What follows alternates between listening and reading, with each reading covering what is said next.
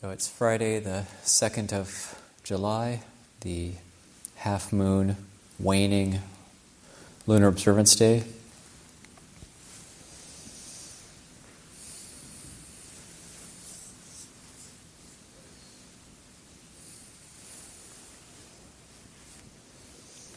And we had Ajahn Ñāṇiko visiting for the day today, and that was very nice for me, having one of my peers here and a fellow abbot.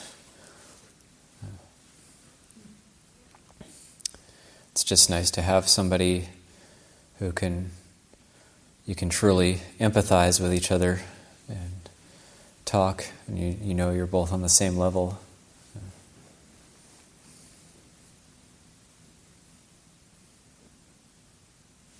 And Ajahn Chah said, when a monk is suffering, only another monk can really know it, only another monk can empathize with it.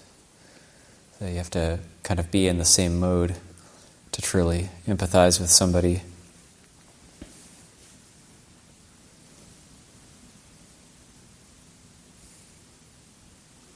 And unfortunately he's not able to stay longer because his intention of coming from England this time was to look after his 91-year-old mother, as most of you have found out already. So it's very nice that he was able to sit in here and talk with people for an extended period of time in the afternoon. So I'm very happy that was able to happen.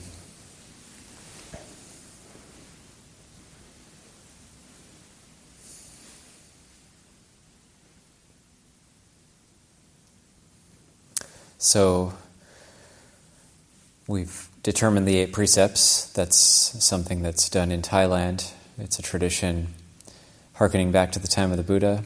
And of course it's done in Thailand on the lunar observance days, what we call the Wan Prat, literally meaning monk day. And it's just a determination for a day and a night. And of course any guests staying here determine the 8 precepts for their duration of their stay here. So the taking or the determining of the 8 precepts, it isn't a long-term determination, but it's just for the stay here, or if somebody's even just coming for the day. So like in Thailand, you'd have sometimes 100 or more lay people at Wat Nong Papong at Ajahn Chah's main monastery, showing up for the lunar observance day, undertaking the 8 precepts, listening to Dhamma, and staying up, meditation vigil through the night, and then going back to their homes. And very much for the farmers, that's really their weekend. So on their day off, they're going to meditate all night at the monastery. And quite inspiring. It can be quite inspiring to see.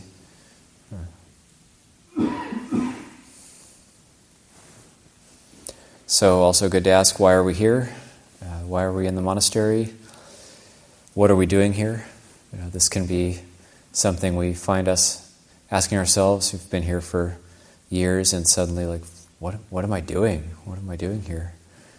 And kind of a feeling of maybe just stagnation or just floating around and without much purpose. So, but there is a very deep purpose to being here, and it starts with the precepts. So even though the chanting of the precepts can just seem like something very trite or minor or not incredibly meaningful, these very simple, not taking of life, not taking what is not given, and so on, not lying, these might seem like very basic things, and they are very basic, but they're very basic goodness, so it gives us a basic foundation of goodness. And so when we have this foundation of goodness, then we have some ground to stand on, and then we can practice. And if we don't have that basic foundation of goodness that we call sila, then the mind is just going to be all over the place, and we might be able to use meditation techniques temporarily to try and stop thinking, but it's not going to be very peaceful, and it's going to be an act of will. It's going to be very forceful. It's not going to be a genuine settling of the mind. And that's where the precepts come in. So with the precepts, it provides that foundation for us to find our sense of purpose and principle and build a foundation, build a strong foundation that we can stand on. So without sila, without the precepts, if we want our meditation to go somewhere and we don't have the precepts, it's like wanting to build a house just on the dirt, without a foundation. So we might be able to build it a little bit, but it's not going to be very stable. So we start at the beginning and we build a stable foundation of goodness, virtue, integrity, and we start there.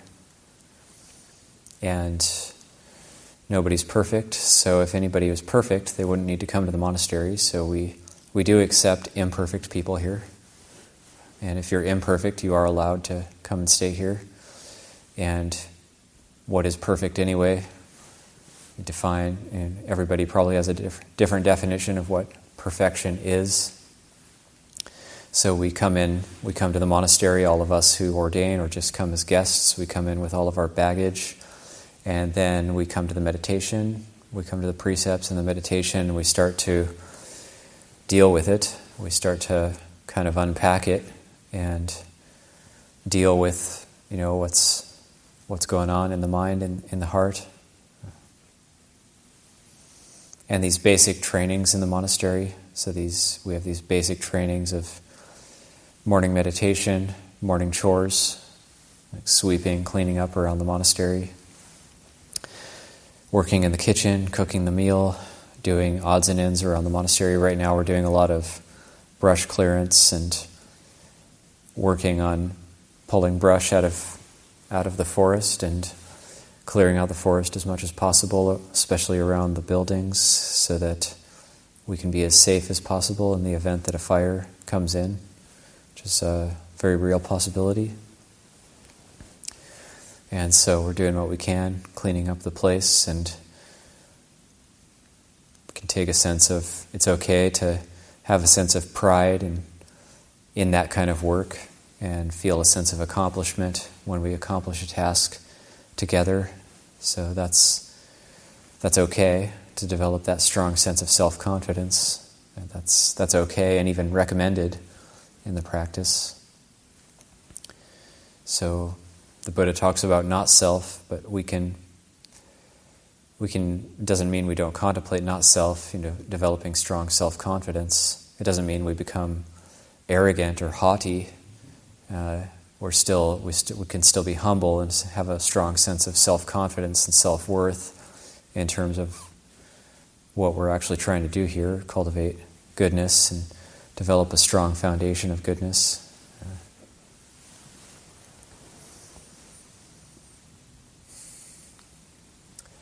So we start with these basic things, just following along with the daily schedule, and we learn how to look after ourselves. So when I first came here, I kind of knew how to look after myself in terms of just my basic needs, but I wasn't skilled.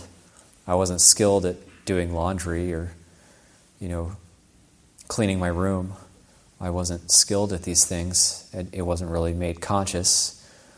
And any of the practices that the Buddha recommends, even things like developing gratitude, it has to be made conscious. We don't just automatically have these things.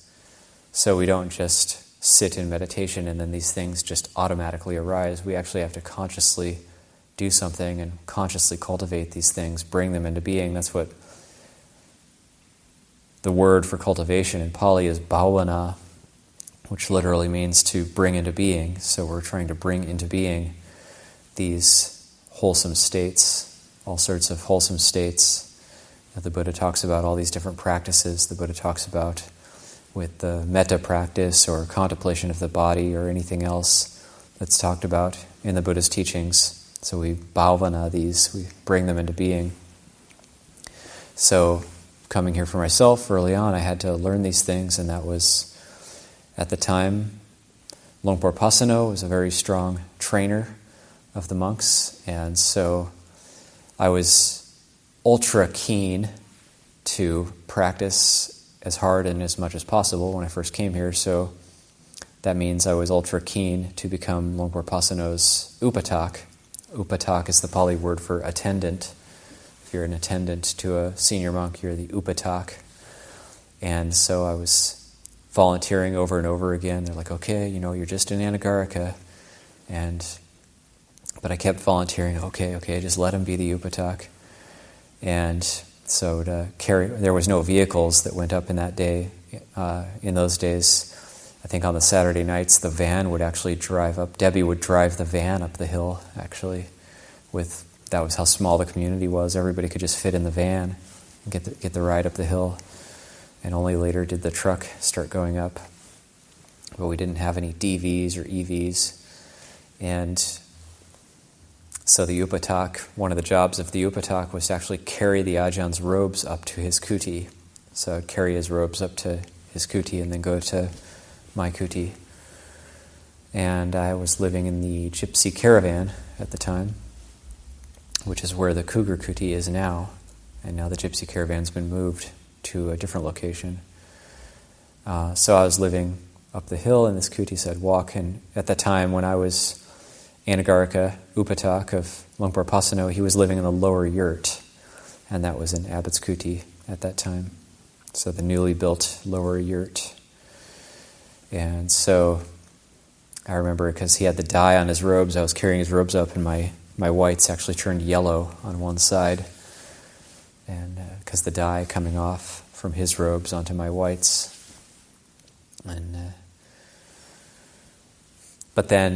And one of the other jobs was to do his laundry. So once every 2 weeks or so, do the bedding, like all the bedding in his kuti, and different things you do on a regular basis, robes and so on. So, and then the job was to place it, back in his office, and he would look after it.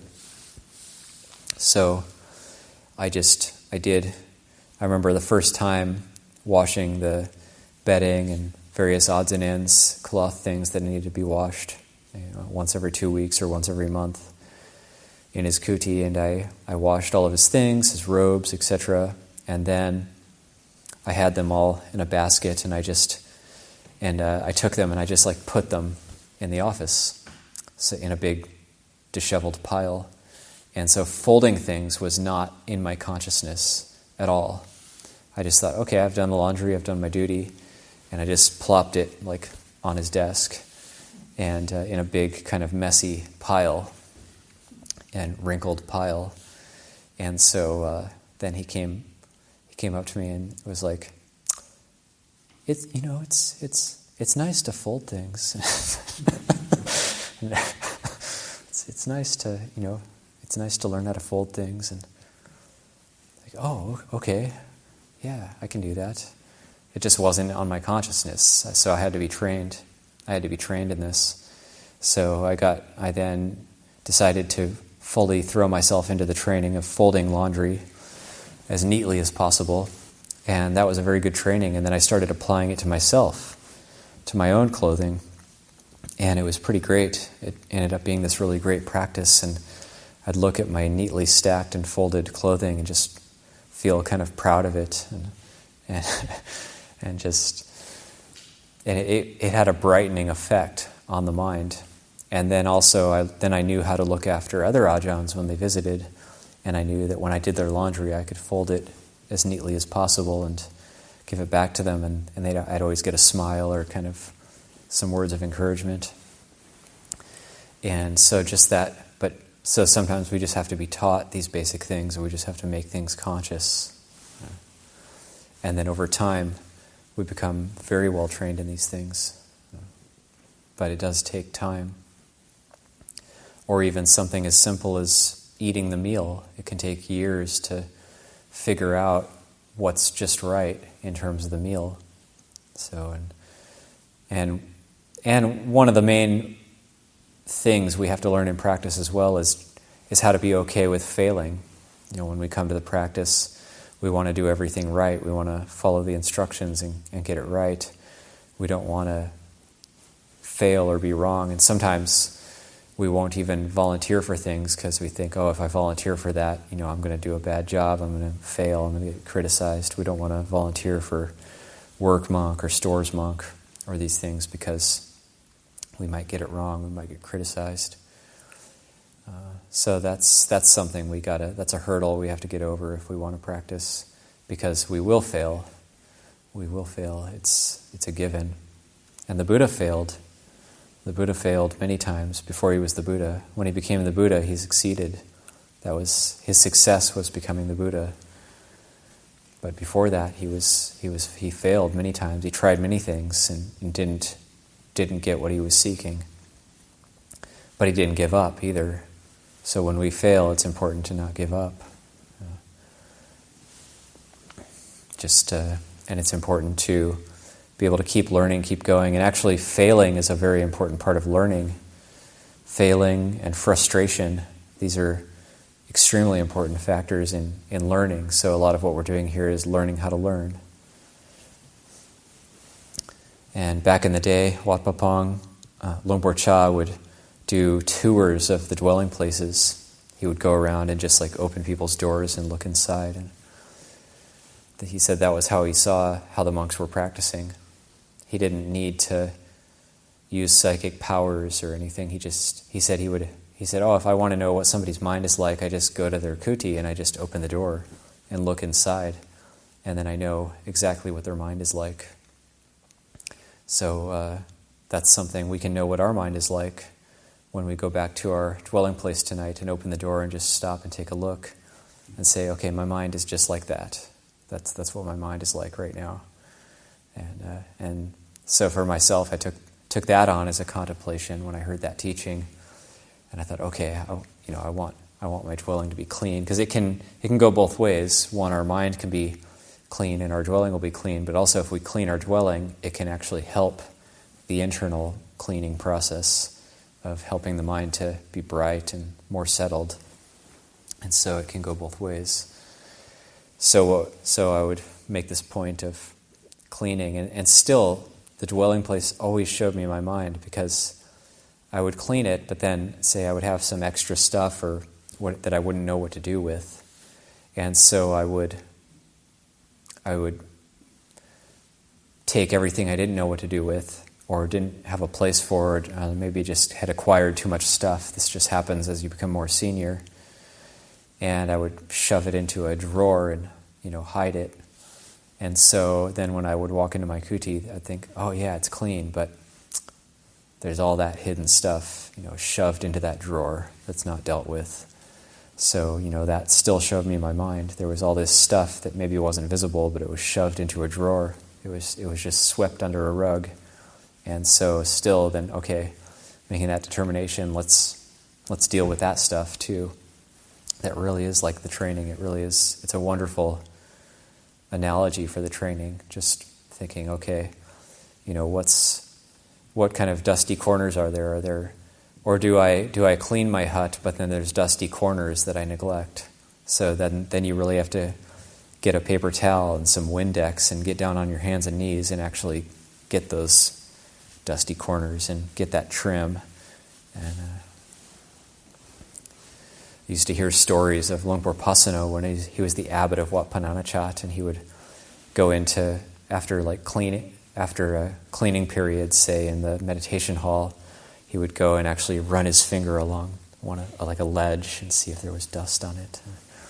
So that's almost like a military standard of cleaning. We don't always need to get to there, because then also we can be overly tight or overly tense about cleaning. It can be out of balance, where, say, we get so obsessed with folding our clothing that everything's in ascending order stacks, and it gets to like this neurotic level, and so that's also out of balance, and that also shows us perhaps the mind got too tight, or we got too hyper-focused on one aspect, and we're maybe neglecting other things. Maybe it's time to open that cabinet of all that forgotten stuff and deal with that instead. So then making this practice of, okay, anything I'm not using or has just been gathering dust, okay, well, let's put that back in monastery stores. Let's maybe not keep that. Let's simplify. Let's just keep those basic requisites that I'm using at this time.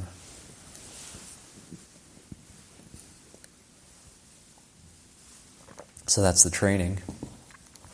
It's these very basic things. So making our bed, making our bed in the morning.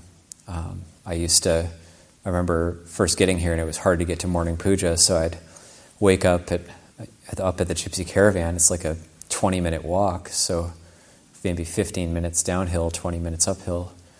And so I'd get up and it'd be, 4:50 and jump out of bed and run down the hill, not wanting to miss morning puja, and then go back later and there's the bed kind of just like strewn all over the floor. And so then getting into this habit of, getting up early enough, putting things away, putting it off to the side. One of the teachings I heard in Thailand is that a great Tudong monk, you'll go into their dwelling place and you won't know where they sleep. That's a sign of a great Tudong monk, is actually it won't be clear, like their bed won't actually be out. It'll be like put away. I noticed that with Longboard Pasano. He would always make a practice of putting his bedding away, and still practices that way even now at the age of 71. Still practices that way. Although he does have there's a permanent sleeping spot now. Actually, I can't say that he puts the bedding away because the bed is always there. But it's always like you'll go into his kuti anytime. It's super neat. And he does that himself. It's not his upatak that does that. And so he gets up in the morning and he has a point of making his bed, even after all these years, after being a monk for 47 years. And that's got that brightening quality. So like if you walk into Longboard Pasano's kuti, it doesn't feel tense or tight. I found when I go into his kuti now, it's a very kind of settled quality, and it just kind of feels very comfortable, feels very good to go in there and look around, and it's pleasant to the eye.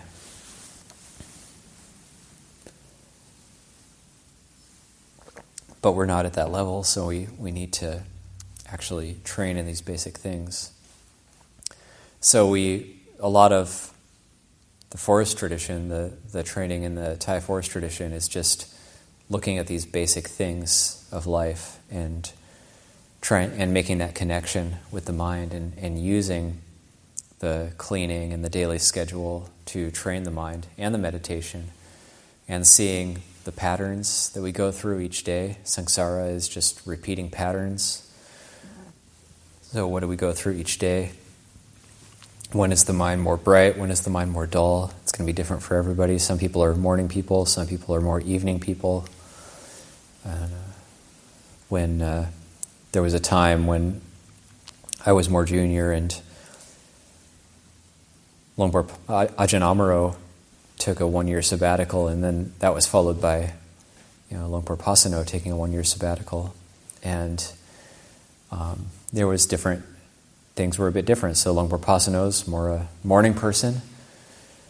Ajahn Ñāṇiko's more of an evening person. So like when Ajahn Ñāṇiko was gone for a year, a lot of evening pujas would get canceled. And when Ajahn Ñāṇiko was here and Longboard Pasano was away, a lot of morning pujas would get canceled. So even the senior monks will have these different tendencies and ways of running things.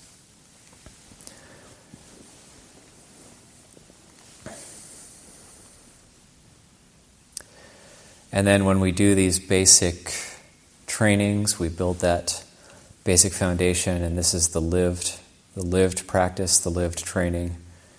And then when that's established, then we can start talking about some Dhamma, and we can start talking about Nibbana, talking about these states.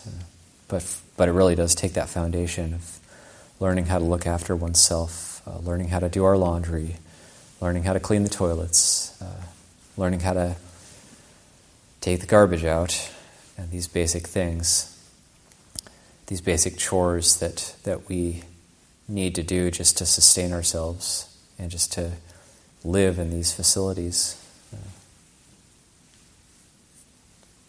So how do we relate to these very basic things that to keep ourselves going? These just basic menial chores, and it's nothing exciting. We're not doing extreme sports in the monastery, or the most extreme thing we're doing is perhaps meditating on the lunar observance day, just staying up late, meditating. And so from looking from outside, the lifestyle can be very, very boring and seemingly meaningless. But for us, the brightening quality the training has on the heart, it's certainly meaningful, and that's why we end up sticking with it. And the more we read the teachings and apply them to our daily life in a very lived way, the more meaningful those become, and we stick with it, and we keep going. And it's good when things stagnate, or when life in the monastery becomes a bit more normal, for those of us who have been here for a long time, and life in the monastery becomes normal. And that honeymoon phase of the newness of the practice in the monastery, and that all wears off, and things start to maybe stagnate, or there's maybe even a sense of hopelessness sets in. That's good to see as well. That's all grist for the mill. That's when the practice really starts. Actually, that's when it gets real. That's when we develop what we call a long enduring mind, the mind that can endure through the ebb and the flow of our life, but within the framework of the sila and the practice. For myself, I tried to practice a little bit before I was in the monastery, and I could clearly see I needed some sort of structure, some sort of discipline. We also use the word restraint in terms of sense restraint. I think that's a bit of a heavy word, using the word restraint, and I prefer composure, developing a sense of composure. So we say sense restraint. This is the Sangwara Sila, but I prefer for the translation of the word Sangwara is composure. So composing the senses, composing the eye, composing the ear, composing the nose, composing the tongue, composing the body, composing the mind. And when these things are composed, there's a sense of evenness, a sense of equanimity, and that can help us to really develop that long enduring mind. How can I hold the mind in a way that is sustainable, and how can I practice in a way that there's bhavana, there's development, and yet I don't burn out, or I don't... It's easy to hear a very inspiring teaching and want to run really fast and sprint in the practice, but then you end up getting burnt out. It ends up being unsustainable. So we like to say it's a marathon, not a sprint. And so how do we actually sustain that energy in the practice? Once we get through that, say honeymoon phase wears off, we go through a low phase of kind of, okay, well, this is just drudgery now. And then we can develop this deeper sense of inspiration and faith that starts to build up. And we start to become this very deep sense of well-being and happiness can start to well up. And that really starts to carry us in the long term.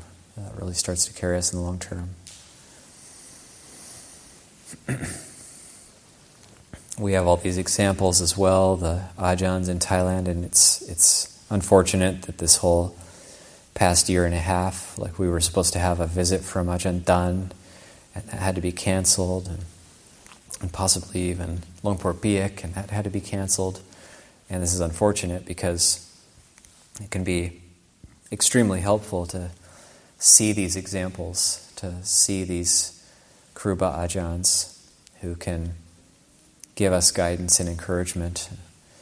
I remember one time a previous visit of one really lovely Ajahn Jandi, and he tends to come together with Longpo Liam.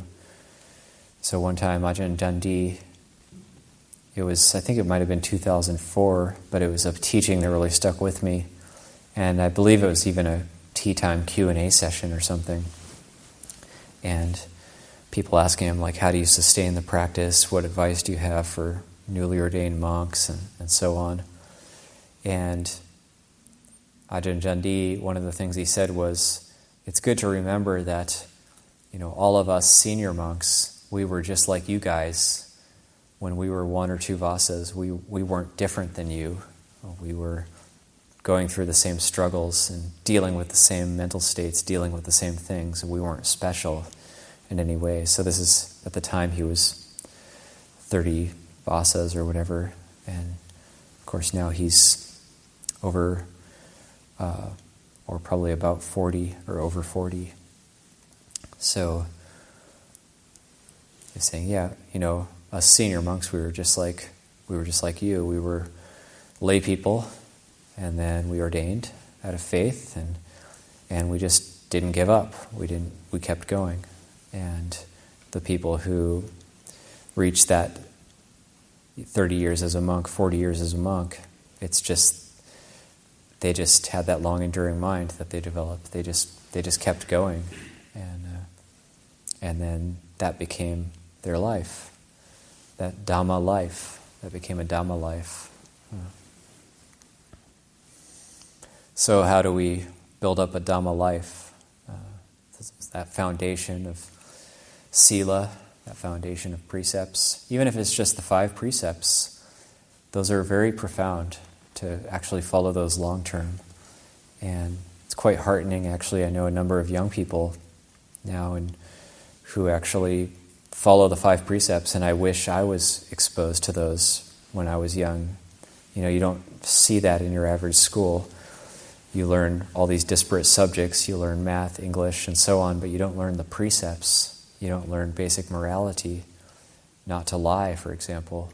When I was young, I just thought, well, yeah, of course you lie, you just don't get what you want, you lie and you get what you want. But then there's really serious repercussions to that. And, we don't, or a friend might tell us lying is bad, but I never learned that in school. A teacher, and maybe a teacher would mention it in passing or something, but it wasn't like morality 101. So that should really be in every school. Every school should have basic morality 101, or college. Like you could get a degree in integrity. Get a degree in virtue, morality, and integrity, and those life skills. So everything follows from that. All these good qualities follow from that. It's very simple. We don't. It doesn't need to be complicated, or it doesn't. It doesn't take a textbook, like an entire textbook, to figure out the 5 precepts. It's just, don't intentionally take life, don't steal, don't commit sexual misconduct, don't lie, not taking intoxicants. So it's very easy, very simple. And not one of those precepts says you have to believe in the Buddha, or you have to do something that's kind of impossible. So really it's something anybody can do, but sila saddha sampanno, the precepts are accomplished through faith. We actually do have to have this faith that they're going to bring us something good, they're going to have a good result, and we don't really determine to follow the precepts if we don't think they're going to bring us happiness and well-being.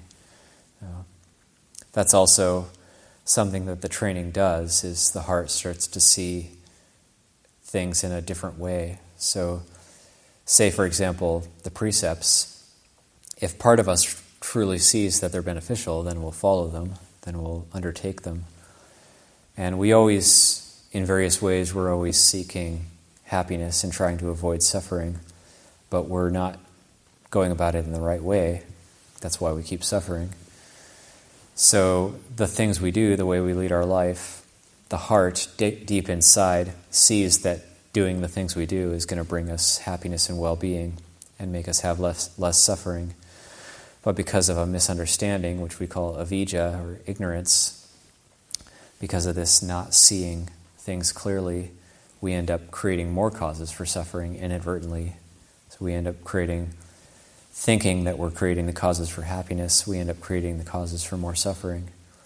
So the Buddha's kind of laying it out, okay, I've realized this for myself. If you want to be happy, this is what you do. You want to suffer, this is what you do. But the choice is yours to make. The choice is yours. And then, of course, the people who went to the Buddha to ordain, they make that choice to, okay, I'm going to give myself to the Buddha Dhamma Sangha, teach me. Got that faith, so we're going to try to follow the teaching, try to do what the Buddha says, because we have that idea that, okay, this is going to lead to my welfare and happiness for a long time. So I'll leave that for reflection this evening.